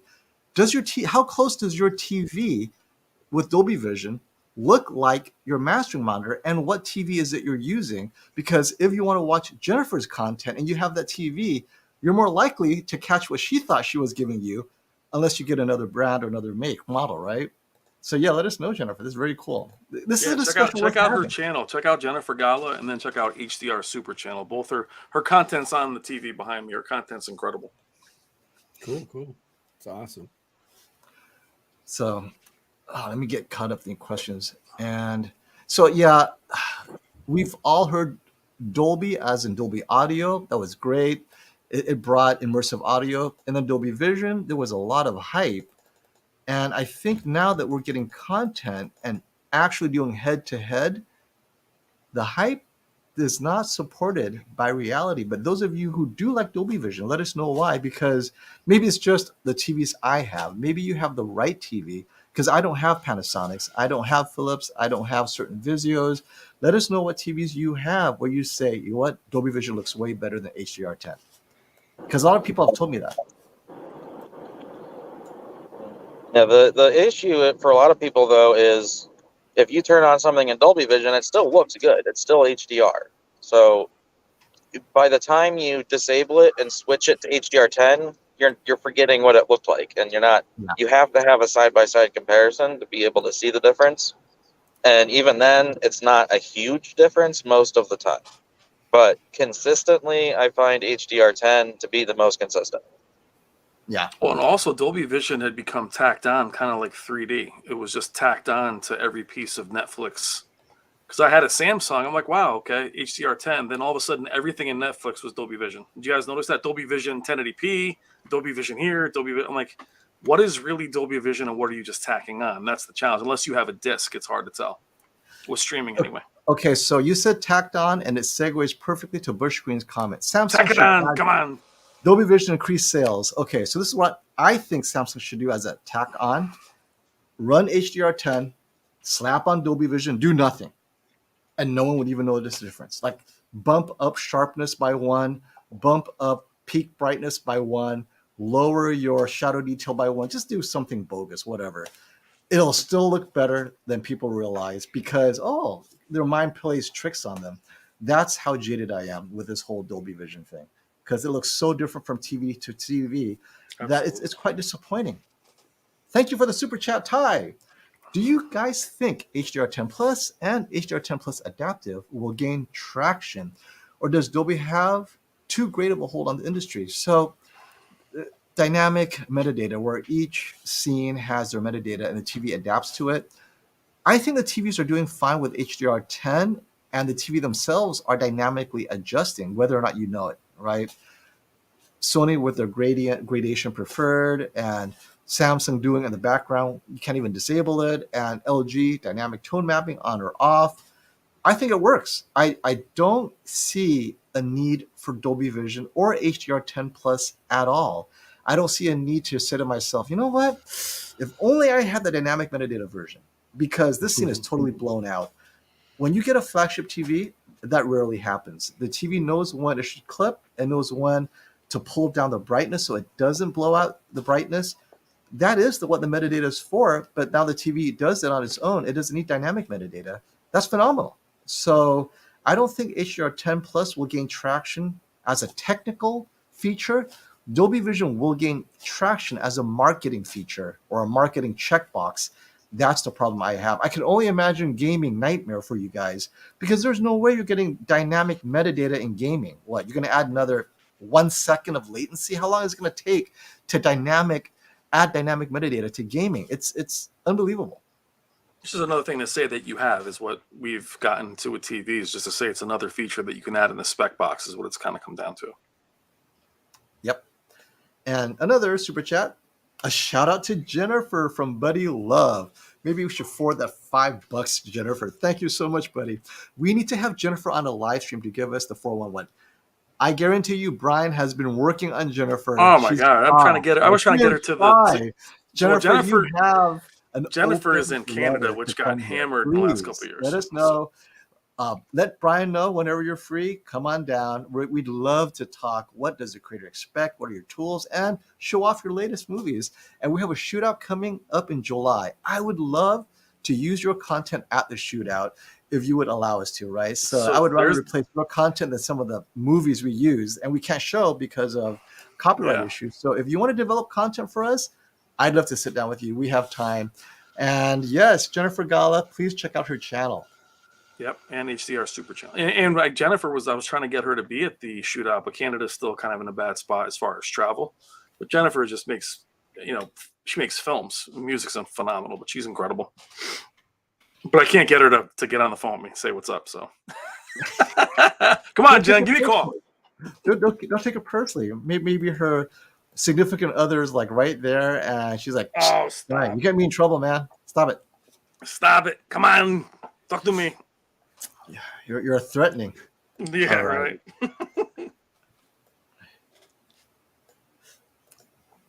I don't know where you find the time, Jennifer, to watch us all, but apparently she does. Thank you, Jennifer. Okay. Thank you very much. Appreciate that. Now, let me ask you guys this about what we've been seeing, which is wrong one. Is it this one? Yeah, here we go. It's not Brian. Okay. What are you guys' thoughts on the X95K? I like it. I know blooming's a disappointment for some, but I believe it has more color volume, like to my eyes, out of the box. It looks accurate with more color volume than the S95B across the board. That is a win. No, it is behind the QN90A in the blooming. It doesn't have enough dimming zones. Maybe it could fix it in algorithm. Maybe. Oh, you know what? Let me put on some skin tones. So can you guys talk real quick? Let me put out some skin tones You for got you it. guys. I was going to say too, while we're here, we did, for people that don't know, you know, ratings.com is going to come on a live stream with us. Oh yeah. I think the owner and another person are going to come on and talk. Cedric's Cedric, yeah. They're just going to come on, man. kind of get some feedback from the community, get some feedback from us. They reached out. You know, they want to do right by everyone, and I think that for the most part they do. I know we have a little issue here or there, maybe with some of the tests, or should they use more real world content, this and that and the other thing. But what I would say is that, you know, FOMO and I have talked. I sure as hell don't want to be doing all the things that they're doing, so I'm glad that they do it, because it's like so much work. And just to have, in my opinion, like a standardized way to look at TVs is absolutely priceless. Like you can utilize them as one resource, or, you know, their reviews as one resource. But like really, whenever I have a customer or a client that's like, hey, you know, these two TVs, and I'm like, well, you know what? Like I literally send them the comparison chart of those two TVs, and I copy and paste it and say, look at these two. And, you know, you're looking at gaming, so those two numbers in the gaming area, or you watch movies, or, you know, so, and I think about different aspects, like how they should, you know, if they're going to mount it or put it on a stand and all that. Yeah. But to have like actual numbers, especially when it goes behind a TV that maybe isn't as credible in the, you know, that there's not as much brand affiliate, you know, there's not as much brand recognition with a Hisense or a TCL, but someone's trying to buy just an awful Samsung or like a pretty good TCL TV that are similarly priced, then I'm like, so here are the numbers. You can look at the raw numbers. It's not everything, but it's something. So, you know, I know we talked a couple times on live streams about ratings and how there's some things that they could change, but I just want everyone to know, my opinion is that I think they do great stuff, and I love that. I'm an early access member. I pay the money each year to get it, and I think it's priceless, and it helps me with reviews too, because I don't calibrate TVs. I don't even measure, you know, I use, like, it's what I see and what I feel for the most part in a practical sense. And so I like that they have those numbers. Maybe the numbers aren't perfect all the time, but I mean, I listen to Classy, Magician, all these other guys about stuff too. So it's just a kind of a collective. And I think that they're, you know, a couple of comments I've gotten on Twitter and stuff is people are kind of bashing it, but it's not, I don't think I'm trying to bash them. And I don't think that there's anything that they've let anyone down with. It's just like, you know, things change, and I don't want to be responsible for just being like the guy that's, oh, this has to change or else. It's like collectively we're going to help them and try to figure out what could be good for them. You know, well, the fact that they're actually open shows, I mean, they're amazing. And I also, like, you know, instead of copying and pasting, Brandon, just use their tool. You use the tool. Yeah, exactly. You can actually, that's what you're using. Just having that tool up, you can bring up panels from a few years ago. They adjust them. I mean, they're excellent. And with me going through, before I even started YouTube, they responded to me on Facebook. They're awesome. It's just, they're open to changing things a bit, like unlike some others we have on the platform. They do know that there's some variants. There's panel variants. They've had that in the past where they do buy their own panels. Nothing is donated. So they're awesome. And Cedric's, you know, I've been watching those guys for years, so I'd love to get them on. Yeah, you know what? Here, we got to go back up real quick. We missed a couple of super chats, so let me go back up. Go ahead, guys. I have a video at 6:30 X90K thoughts, so I got to bounce before then. Yeah, that's thanks, man. You're gonna check. I had to perceptually match the luminance of that. I cannibalize my own content by being there. Brian, hey Brian, you're doing a premiere at 6:30. I moved it down half an hour. Send me that in the private comment here, and I'll redirect people to that if you don't want. What, on you Twitter? Want to do that? No, just send it right here in the comments, right here on screen here, up in our private chat, and I can put that in so that we direct, because we can stop at that if that's good with you, FOMO. If we want to stop it in like 20 minutes, so let's absolutely. I'll forward people right on the nose to it, Brian. Awesome, thank you. Cool, man. Are you gonna take off now then? No, I'll hang out. I mean, it's a premiere. It's not a live stream. I mean, it's a premiered video, so I'm just. But it's perfect. We'll end right then, and then people will go over there and check it out. You know what I mean? Right. And I'm driving in the Pennsylvania mountains right now, so I'm probably gonna lose reception. So I'll probably head out in a second.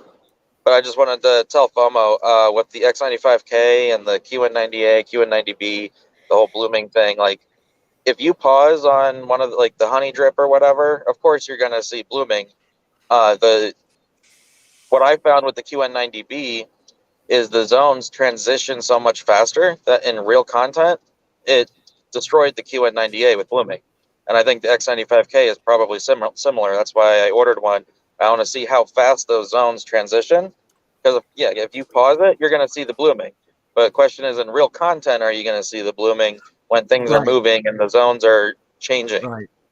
So in normal flow, and we're talking about the Spears and Munsell, the extreme black near the end, you see the blooming in the extreme blacks, and that's the only time I see it. Is not the honey, actually. It's the cactus, yellow cactus flower. That's the worst. Everything else is acceptable, actually. It's the cactus that you see it the most. It's most noticeable. That's the only one. But you're right. I mean, as it plays through, it's not as noticeable or very similar to the Q90A. It's that cactus right there. That kills it. Yeah, and then also, like, everyone should remember the QN90A shows less blooming because it's turning off the zones when there's actual detail in those zones. So then it's just deleting detail to have those inkier looking blacks with less blooming. And then the QN90B fixed that, so it keeps those zones on, shows the detail, but it can transition the zones faster. That's a very good point. That's why you can't have the synthetic measures as your only reason to buy a TV. It's a start to help us look for content to see if that could be seen in content. So if you see something like, oh, synthetically 3000 nits, and I have 4000 nit content, but it won't hit 3000. It just stops at 1200. Like, wait, what happened to 3000 nits, right? So synthetic measures give us a place to start, but you have to use real content to support it. And I agree with Rahul Naidu, Pila. X95K. How the hell did you pronounce that? That's great technique right there. I tried to jump in. Even without calibration, this is why people buy the Sonys. And of course, what Dee and I said to us yesterday, you missed this, Brian, and Brandon, it's great. He said, both he and Robert said, at launch, in the first batches of production, the Sonys and the LGs have the best calibration out of the box. Things start falling apart later in the year. And then by the end of the year, it's just all over the place. So if you want something that's close to calibrated out of the box, at least if you're paying close to MSRP, you know that it's closer to the correct white point earlier in the year than later in the year. And the X95K is literally the first batch out of production. I got the first allocation, so that's why it looks so good out of the box, as well as the G2. Same thing. Matt said, wow, this is out of the box and it's so close to perfect D65. Something to think about. Well, also, I think people are forgetting what blooming or bad blooming actually is. Like, do you remember blooming was around bright objects? Not like sometimes the blooming now is the screen lightens up a little bit, but I think people are they're forgetting what blooming used to be. Yeah. To where, like, if something spun in the corner, you'd see a highlight around that. That's what blooming is. Having, a little bit of brightness. I mean, even in the images you're showing, the X95 doesn't look terrible or like it's blown out so it's like, I think it's gotten so much better than what it was. The mini LED is definitely an improvement over the full array, in my opinion. In my opinion. Good morning. Come on. Okay. So this would be an image where if you have blooming or lifted, anything, you would see it. Looking at these 4 TVs, I can't tell which one has the better contrast. They do it really well. Actually, all 4 TVs do this really well. Normally, the OLEDs on the left really stand out here.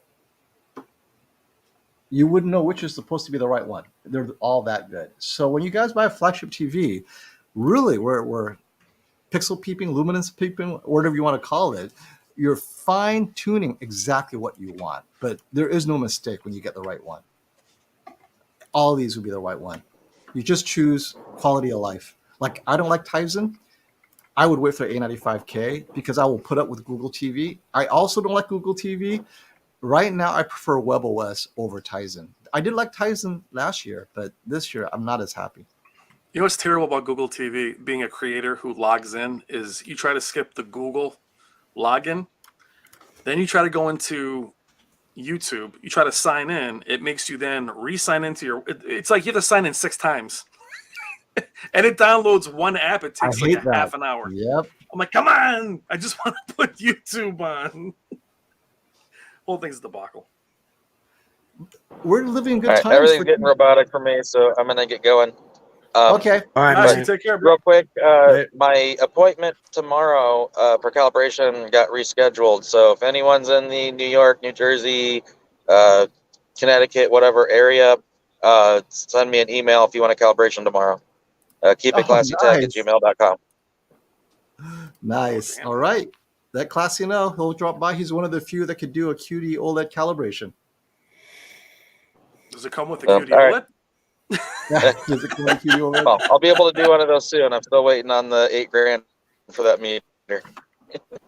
But Crazy enough. anything else, let me know. Have a good one, everybody. All right.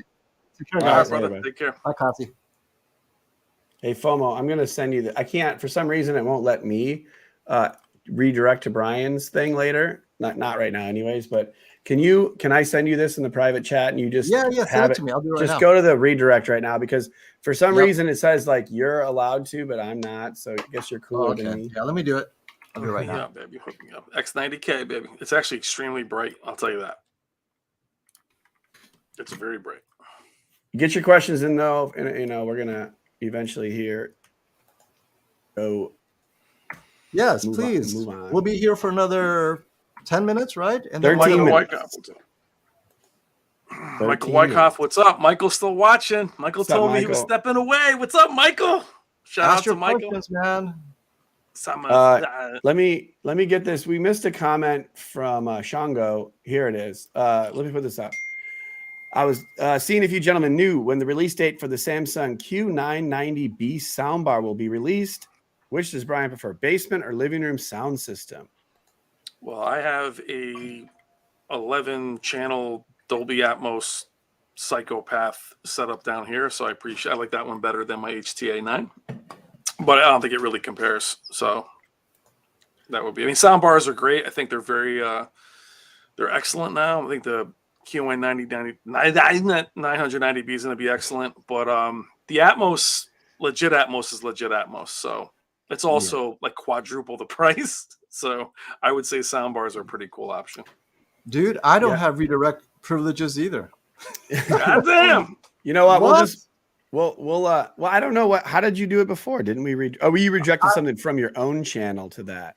No, Yeah. but the thing is, who has privileges then? Well, what I'm not saying is I'm logged in as Pass the Remote, but I mean, As am I. So like, I don't know. Can you just go over and grab it off the channel? If you go on my channel. No, it's not about that. It's about like when we end this live stream, we click on add redirect, right? You know and what? when I go in there, there's nothing available. I can, you know what? I can pin it. So let me pin it to the top of the chat right now. It's just we're not going to be able to direct people. Everyone won't get to go to that for some reason. Please go over to the channel. Please like and subscribe. Yeah, man. Putting into work this year. Putting into work. Oh, Brian has to allow permissions in his YouTube settings. Oh, it's Brian. To let us redirect. The problem. Brian, I can't believe you. I don't got no permission. What is the permission? What is that? Just go into your channel community settings and allow us to redirect to you. I don't know, something like that. It doesn't matter. Anyway, any last questions? Let's get to the questions here. Let me see if I can throw up some ones that don't make sense and people will laugh at when I do it. E-Rock by Philadelphia. There you go. Oh, that's where he's saying where he's at. Got you. Yep. Tech with KG was the one that said he's got to do that.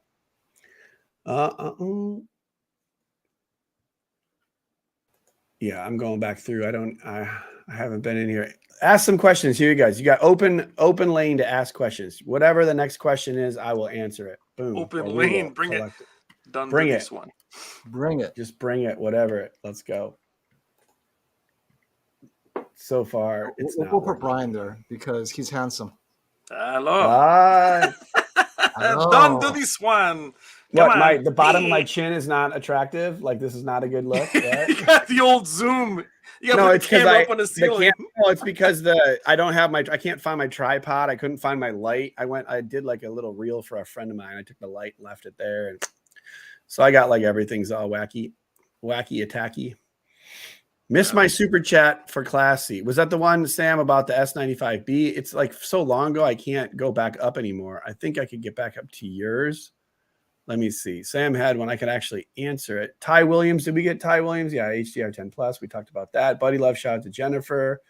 I think it was somewhere around there. I was trying. Then Men Cordero asked about his mom again and the TV, and they don't game, but he's got to hook his mom up for the grandkids. And I still stay, maybe go for the mid-level Sonys. They're going to blow people's socks off. I think we talk about these TVs that are so great, and it's like the average person is never going to notice the difference between a X95J and an X85J. There's no way they're going to notice it. And for his mom, I'm telling you, get that X85 for the kids. Throw it in Vivid and throw on some Pixar. Call it a day. It's going to be like boom. They're going to be like, this is the best TV ever. For real, dude, for real. It will be. Damn. That's why I'm saying that. Oh, wait, here's a suggestion. Settings from Mr. Pilla. Just a suggestion. Whoever buys the X95K, like me, as I have got one, gamma to -1, black level to 45 to 48, black adjust to medium will bring down the blooming levels. Thank you, Pilla. If you don't like blooming, do this. And for me, I do not even notice the blooming in most, other than Spears and Munsell, I got to watch a couple of movies so far. In regular content, it hasn't been an issue. I will watch Midnight Mass, though. That was the one that the X95J fell behind the QN90A. So let's see if the X95K can do that. I'll show it with you guys later. But yeah, thanks for that suggestion, Mr. Pilla. There we go. I got one right here. FOMO, you didn't get in trouble for watching Midnight Mass, did you? Did you get criticized for that one? Oh, but that means I'm religious. Ooh, Satan. 666. Yeah. What is that movie? Oh, Half Baked. When they're like, no, the devil area. He's like, XXX when the Squirrel Master is protecting him in prison. Have you ever seen that? Yes. Half Baked. Dude, I don't care, man. Listen, that guy drives me nuts, man. Dude, you remember that was during I'm not making a video on my channel about it, but I'll talk about it here. That dude is certified lunatic. That's all I have to say. I mean, he's getting in fights with gamers. He's getting in fights with TV people. He says that I'm, getting like, I'm buying subscribers. It's like, dude, if you just make quality videos, you get subscribers. That's how it happens. I mean, like if Think Media writes video like on how to make YouTube work, Quantum TV is like how not to make it work. Like he's the absolute opposite, and it's just like toxic and ridiculous. So that's the end of that. So you're not satanic now after the dude? I mean, seriously, in New York, I sent that video to FOMO. I was like, "Yo, check out the HDR in this show." I mean, and I was like, "Ooh, that might be too religious sounding if I put that over there, right?" FOMO. It's like, don't put it on your channel. I would put it on my channel. Why? It's a movie about something. Like, I'm just kidding. God. Do you remember that happened while we were at the shootout? Yeah, I remember it. But and apparently it didn't happen. I flipped out then too. But apparently it didn't happen from what I understand. It wasn't real. That wasn't real. I just remember people were hooking us up with like $50 tips to like go buy a drink, and it was like I remember that. I made like 600. Like, dude, the super chats that day were ridiculous. I was like, whoa, wait, why did I make money on this day? Oh, that's right. They were giving China money to get me drunk. They got me was it a Japanese fire whiskey or something? Oh, we were banged up. Oh my Matt God, Johns, QN85, QN90B. What? Oh, where? Did I miss something? Yeah, well, you just took it off. Hold on. Oh, there's Shango's got one there. How did you get that one up, man? Okay. That's a newer one. No, that Matt John, the QN90B has much better control of light if you're at angles. The QN90 or the QN85A is really bright and great straight on. So if you're like sitting in front of it, go with the cheaper B, the IPS panel, but it's probably not. It's like tough to say. Is it a $700 difference? But the QN90B is just going to be much better overall. So if you have the money, just get the better one. Be done with it. That's what I would say. But Yep. And Shango, thank you for your generous super chat, gentlemen. These live streams are great. We love them. Appreciate you all the hard work you put into the content. Thank you. And it's 3:25. Do you want to head out, Brian, so you can get ready for your channel? Everyone, I posted it. Yep, please come on over. Yep, it's pinned on top. We're all gonna head over and say hello to Brian real quick before I head out. It's just a video. It's not a stream. It's just I'll be chatting in it. But it's the X90K in it. I just linked it again. It's in the links there, but I just posted it too. Awesome. Thank you so much, guys. Yeah. All right. Well, thank All you guys. I'm gonna head out too. I'll check your video out. Thanks, dude. Awesome. FOMO, you got anything else, or you jetting? Before I leave, I'm putting it in Cinema Home so that people can get a slightly brighter G2 because that was the complaint. But yeah, so after I'm done here, I'll say hi to Brian. Then I have to jet and then I have to put out a video on. I'm going to the beach. Oh, go ahead. Nice. My bad. Just S95B Ferrari. Why it's a Ferrari, and why the G2 is a Lexus. That'll be my. There you go. Damn, you leaving it with that, bro? Hey, FOMO, attention to my comment above. What did you write? Classy is saying something right here. Yep. Put that G2 in Cinema DTM Home. on. Oh, wait. Let me put DTM on. There we So go. people as bright as the others. Gotcha. Boom. Got you, Classy. Hooked it up. Okay, never All right, mind. guys. DTM is on. Oh, Rainer, what's up, man? Have a good night. Dude, it's got to be late there, bro. It's got to be like 2 a.m. there or something. Cinema Home. Okay.